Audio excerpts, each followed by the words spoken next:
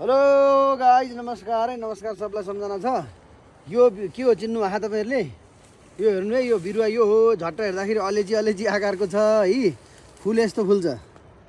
लेहरू पात चाहिँ ठ्याक्कै अलैँचीको जस्तो छ है अलैँची त थाहा होला नि तपाईँहरूलाई होइन त्यो पात चाहिँ अलैँची अलैँचीको छ अनि एउटा फुल पनि हुन्छ यस्तो यस्तो तर यो चाहिँ अलैँची पनि होइन त्यस्तो फुल पनि होइन है यसलाई चाहिँ हाम्रो यो गोर्खातिर चाहिँ यो गोर्खामा भिडियो देखाइरहेको छु मैले तपाईँलाई यो हाम्रो गोर्खातिर चाहिँ यसलाई हेर्नु कति राम्रो फुल्छ हेर्नु यसलाई गुइए सरो भन्छ है अब नाम सुन्दाखेरि चाहिँ फेरि कोही हाँस्लान् होइन साथीहरू है गुइए सरो भन्छन् यसलाई हेर्नु कति राम्रो फुल्छ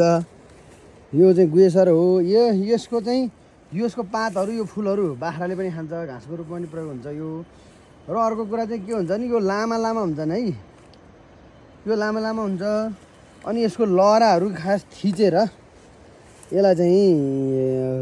गाँठो पारेर दाउराको भारी हाल्न प्रयोग गरिन्छ यो गुएसर हाम्रोतिर चाहिँ हामीले सानैदेखि चाहिँ अब त्यो डोरीको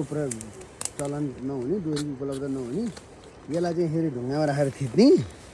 यसरी यसलाई फेरि ढुङ्गामा राखेर यसरी थिच्ने यो बलियो हुन्छ होइन थिचे पछाडि अनि त्यसपछि यसलाई छुट्याउनु सहिलो हुन्छ हेर्दाखेरि यस्तो आउँछ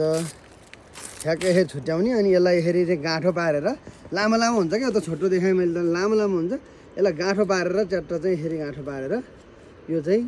दोवटा लहरा बनाएर ठ्याक्क यसरी दाउरा भारी हालेर कसेर अनि दाउरा भारी बोक्थ्यौँ कि हामीले सानो हुँदाखेरि गुएसरो हो यो ल्याएर त गुएसरोको फुल ल्याएर कति राम्रो छ गुएसरोका फुलहरू ल्याएर